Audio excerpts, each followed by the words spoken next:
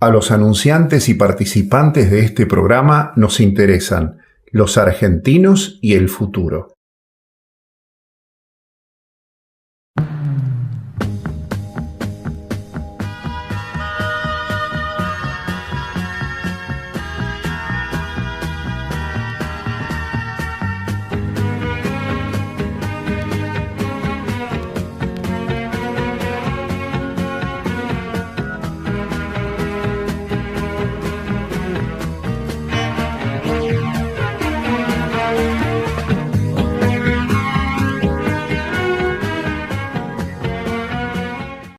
¿Qué tal? ¿Cómo están ustedes? Bienvenidos al encuentro de hoy en Argentina Sociedad Anónima. Le agradecemos al ingeniero Nicolás Gallo que nos reciba en su oficina. Queríamos recurrir a él, que ocupó el cargo de ministro de Obras Públicas, tanto a nivel de la ciudad con la administración de la Rúa, como también durante 10 meses a nivel nacional. Y comenzamos hablando contigo, Nicolás, lo que la infraestructura significa no por sí misma, sino como articuladora, y mencionábamos aquello del New Deal en la época de la depresión en los Estados Unidos, donde la infraestructura se convirtió en una herramienta de desarrollo. Yo diría que trataría de separar los tantos de la historia. En el New Deal fue una respuesta concreta a un estado general de depresión de la economía y con incentivo a través de los aportes del Estado a salir de esa etapa depresiva. Pero dentro del New Deal hay un proyecto que para mí es emblemático para entender lo que se puede hacer en Argentina. Ese proyecto se llamaba el Tennessee Valley Administration Authority, el TVA. ¿Qué significó eso? Agarrar una cuenca, concebirla integralmente con todo lo que puede salir de producción en esa cuenca, y presas hidroeléctricas, industrias, transporte fluvial, y hacer un desarrollo autónomo. Los estados que eran, llamémosle, limítrofes con el río Tennessee, aceptaron una autoridad diferente, en tanto todos estuviesen embarcados en el mismo plano. O sea que ahí Roosevelt trabajó con una concepción de futuro. Mientras tanto hacía obras pequeñas, medianas, pero básicamente destinadas o orientadas a generar uso de mano de obra. En esto no. Hizo eso, pero con una concepción del futuro. Después lo imitaron otros países. Plan Badajoz, en España. Hay un plan fantástico del Ruhr, en Alemania. ¿Y qué es la concepción de una región? Pues las regiones a veces no son las provincias, tienen mucho más autonomía, a la autonomía productiva, a la autonomía casi cultural y social. Y acá lo que yo veo, y yo ya yendo bien al tema específico que me señalaste ya a la entrada, es que el gobierno tiene mucho ministerio y poca autoridad de ejecución. Los ministerios planifican y luego a su vez, o a veces ni siquiera planifican, digamos, pero tienen una serie de prioridades y luego a su vez quieren meterse en la ejecución. Y eso es lo peor que puede existir. El que ejecuta no debe ser el que planifica. El que planifica da las instrucciones generales, da la orientación y luego vienen niveles inferiores que ejecutan. Neuquén tiene, por ejemplo, una pequeña agencia que se llama Agencia de Desarrollo de Neuquén, que es la que recibe de la Secretaría de Energía neuquina aquellos proyectos interesados o interesantes para convocar al sector privado. Entonces, ¿qué hace la Secretaría de Energía? Yo tengo esta visión de las necesidades de energía de mi provincia. Estos pueden ir al sector privado. Señores de la Agencia de Desarrollo, búsquenlos. Y las reglas de juego ya están echadas, entonces se pone a funcionar. Y acá el problema que tienen entonces está, a mi juicio, en querer acaparar todo. Yo planeo, yo ejecuto, yo controlo, yo verifico, y al mismo tiempo también se dedica a otra parte a perseguir toda la roña que nos dejó el gobierno anterior en términos de corrupción y demás. Entonces, es imposible administrar un país así. ¿Cómo ves en esto que estás hablando la figura de la participación pública-privada? Nosotros hicimos un proyecto muy interesante que se aprobó por la ley. Fue el decreto 299 que después se ratificó por ley, que precisamente tenía eso. Y no lo inventamos en la época del presidente de la Rúa, sino que lo adoptamos de una estructura jurídico-administrativa de los ingleses, que decían lo siguiente: un puente puede ser una obra. Entonces yo licito la obra, el contratista viene y mira ver dónde yo me equivoqué, que le di mal datos y entonces me va a sacar mayores costos. Siempre. Me encontraba que la fundación le falta esto. Acá no licito el puente, licito algo, una estructura que vaya de una ribera a la otra y que me permita pasar camiones de esta categoría y autos de esta categoría. Luego yo le pago por cantidad de camiones que pasan, pero yo no le pago la obra, le pago por el uso de esa obra. Esto lo hicieron los ingleses muy bien con las cárceles, lo hicieron con hospitales, y se llama un sistema muy interesante porque además limita el cartel, la cartelización de los contratistas. La limita, prácticamente lo anula, lo suprime. Ese proyecto, hace poco hicieron uno nuevo, y yo no sé por qué en el penúltimo artículo derogaron el anterior. Un disparate. La concepción es buena. Para que el privado intervenga en una obra que va a tener luego ingresos provenientes del sector público, si el sector público es el Estado directo, es difícil.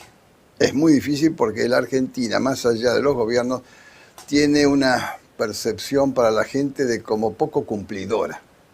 Ahora, y entonces hay que pasar quizás lo más directamente posible al usuario. Que sea el usuario quien le pague al que hizo la obra. Esto funcionó bastante bien en la época de las primeras concesiones viales de la década del 90. Los usuarios pagábamos con el peaje y pagamos la obra. Después fue distorsionando cuando, para abaratar, entre comillas, los costos del usuario, empezaron a darle subsidios al contratista. Y esto es como diciendo, bueno, es dejar el gato suelto entre los canarios y adentro de la jaula. Exactamente. Una de las cuestiones que charlábamos contigo, y además aparece interesante en este momento en que muchos hablan del viaje del presidente Macri a China y mal informan, por desconocimiento indudablemente, de las inversiones de los chinos, por ejemplo, en centrales nucleares, cuando no son inversiones, sino que son créditos. Entonces, la historia es algo que vos comentabas, y es la necesidad a veces de privilegiar o redireccionar los fondos que vamos a dirigir en función de cuestiones centrales.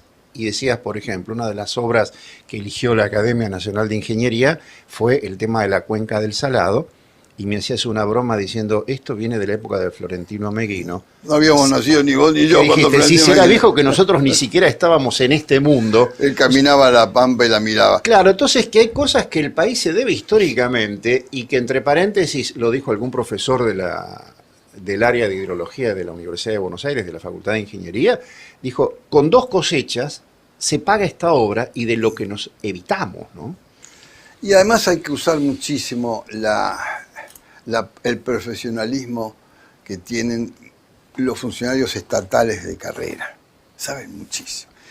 Lo malo es que a veces cuando viene un nuevo ministro pasa por arriba y cree que sabe más que los que estaban ahí. Y los que estaban ahí no son corruptos. Alguno que otro habrá sido. Ahí se lo echan, lo mandan a donde corresponda. Pero la mayor parte de los funcionarios de carrera los tenía unos lujos, Agua y Energía, los tenía Hidronor. Son gente que sabe muchísimo. Y que sabe muchísimo con visión pública. Y eso es lo importante a rescatar. Lo que ahí también se están fallando. Como te decía al principio, fallan en querer que cada ministro planifica, ordena, ejecuta, controla. No se puede. Pasen la ejecución a agencias independientes, que serán controladas por otros. Para eso está la auditoría, para eso están las IGEN, pero que tengan el espíritu de ejecutar. Lo que es muy difícil es juntar todo.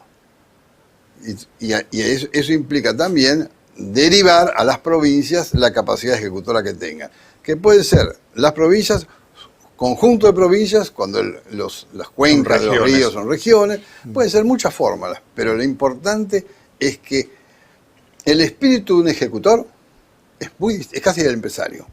Es muy distinto al espíritu del planificador. Planificador no se compromete. Bueno, al otro que se compromete, el que tiene que ejecutarlo en tal tiempo. Y acá ha habido buenos ejemplos. Te digo, un buen ejemplo es cómo se ejecutó el Metrobús. Un buen ejemplo. Y delegó. Al ministro de ese entonces se le ocurrió que esto podía ser bueno, lo sacó de Curitiba, lo sacó también de Bogotá y bueno, y lo metió. Y logró en muy breve plazo, con muchas incomodidades, pero breve plazo. Y lo ejecutó. Y de esto se trata. Nada más de ponerse en la cabeza que acá lo que hay es que planificar bien, que no se hace, y ejecutar mucho mejor. ¿Me permitís una pausa? Vamos a quienes cada semana apoyan nuestra línea editorial y luego seguimos la charla con el ingeniero Nicolás Gallo.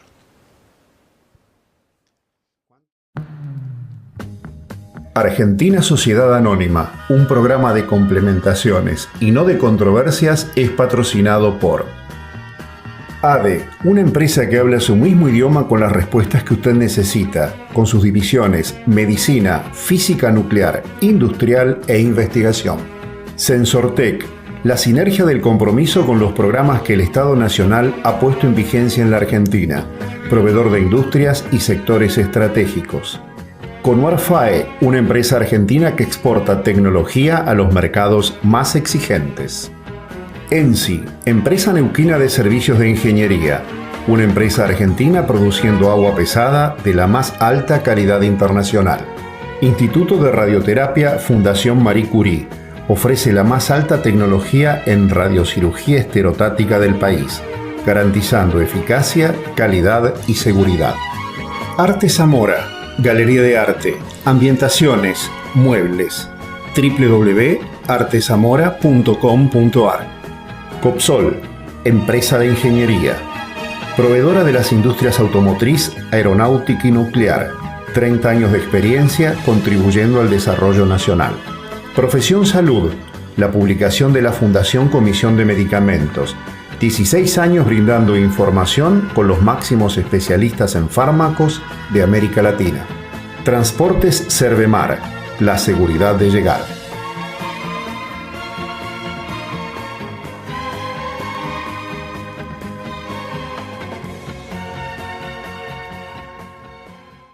Nicolás, vos estás hablando de un Estado inteligente y estás hablando a su vez de una planificación que permita la corrección de la misma, Claro. como vos decís también de la reasignación del recurso en la corrección quizás de un plan de obra pública que puede ser planificado con la mejor intención, pero que obviamente ante la realidad debe sujetarse a ella, ¿no? Y tener una visión global de lo que se quiere en la Argentina. Yo te pregunto una cosa. Hace poco he leído que han vuelto a poner en evidencia un proyecto muy cuestionable, que es el RER, la Red de Expresos Regionales, que en síntesis, para que todo el mundo entienda, es conectar la estación de Constitución con Retiro y 11 a través de un enorme túnel donde pasa el ferrocarril.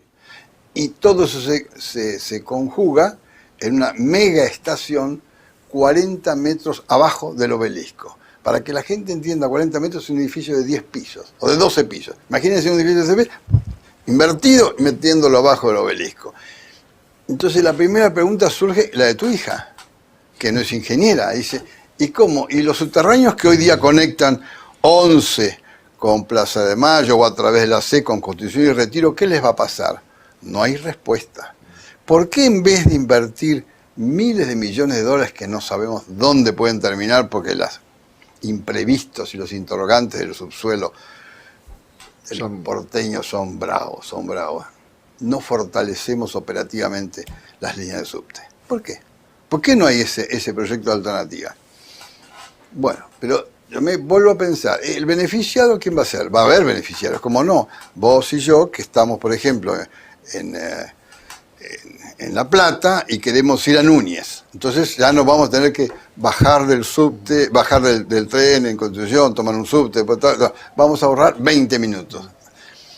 ¿No habrá inversiones en el país muy superiores hoy? No digo que esto no sea buena el día de mañana. Pero hoy, con nuestras exigencias, con el 30% de pobres, con la necesidad de vivienda, con la necesidad de canales para morigerar el problema de las inundaciones, ¿no habrá otros lugares Ponías más el acento importantes? en eso y me resulta interesante porque a veces uno habla de la obra pública como si la obra pública fuera un fin en sí misma, pero se termina la obra pública y se acabaron las X cantidad de puestos de trabajo que demandó esto. Y vos decías, esa obra tiene que ser generadora de trabajo. Y decías, por ejemplo, en un trabajo tuyo que creo haber leído en el diario Clarín, el tema del Bermejo.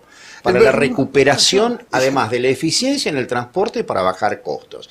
La recuperación de áreas para cultivo. O sea, obras que sean generadoras de trabajo futuro. A futuro. Una cosa es cuando que no terminen en sí mismas. Claro, eso es fundamental. Por eso hay que planificar, eso hay que sentir el país, por dónde quiero entrar. El Bermejo tendría que haber sido el proyecto clave del Plan Belgrano. Por ahí pasa todo. Es el norte argentino. Pero cuando ellos piensan mandar el Belgrano Cargas a Rosario, ¿qué me significa eso? Que van a aumentar la presión demográfica sobre el gran área Rosario-La Plata. En vez de ir al norte, seguir la línea este-oeste. ¿Sabes quién puso la primera pica de Fernández ahí en el Bermejo? Legalmente. Sarmiento. El gran Sarmiento. ¿Dónde no estaba Sarmiento? Sí. Hizo un decreto porque ordenó al ejército en aquel momento a empezar a hacer los estudios topográficos y demás del Bermejo. ¿Qué es lo que tiene el Bermejo? Tiene también mística. Y la mística es otro de los componentes movilizadores de una sociedad. Si vos no tenés proyectos que tengan su mística, ese es su secreto. ¿Qué significa? Un día me dijo alguien, es muy caro. Entonces yo pregunté, ¿qué es muy caro? Bueno, es carísimo. ¿Pero qué es carísimo? Porque primero hagamos las cuentas. Si vale 500 y yo voy a recibir un beneficio de 700, con lo cual quiere decir que es interesante para mirarlo. No hay proyectos caros, hay proyectos que no se pagan a sí mismos en materia de infraestructura, en el corto o en el mediano plazo. Esto es lo que a mí me preocupa. Cuando el otro día un editorial de La Nación también señala la falta de priorización en los proyectos públicos de gran envergadura. Y no se puede largar que un ministro diga, me interesa esto, el otro, me interesa el otro. Y entonces estamos vendiendo proyectos de miles de millones de dólares sin encajar en una concepción general del desarrollo de nuestro país. Y si al mismo tiempo lo hacemos para seguir avanzando en la macrocefalia de la Argentina, no vamos por buen camino. Sí, inclusive el hecho de haber visitado China, supongo que habrán visto la obra de Tres Gargantas, que es el río que hace 50 años, el Yangtze, lo están haciendo, entre comillas, ir en contra de su curso para recuperar toda esa zona, que es una zona productiva. Entonces, proyectos de 50 años. Pero sí, hay más. Y en Europa ves ríos enteros que se han recanalizado y se han reubicado. En Alemania uno mira las barcazas. Claro, por eso. Yo lo que creo que hay falta es, pero me parece que se están perdiendo demasiado tiempo, y lo ves en los titulares de los diarios, en la corrupción inadmisible que hubo en el gobierno anterior. Dejen eso en manos de la justicia y traten de que en los titulares de los diarios aparezcan las obras que se están haciendo o que se piensan hacer, y luego con el plan para ejecutarlas realmente. Yo a veces miro documentales de Alemania, y uno que ha tenido la suerte de viajar y de conocer Alemania, digo, si los alemanes se hubieran detenido a la Argentina o a la manera de los argentinos a revisar el pasado, Berlín seguiría cubierta de ruinas. No te quepa la menor duda.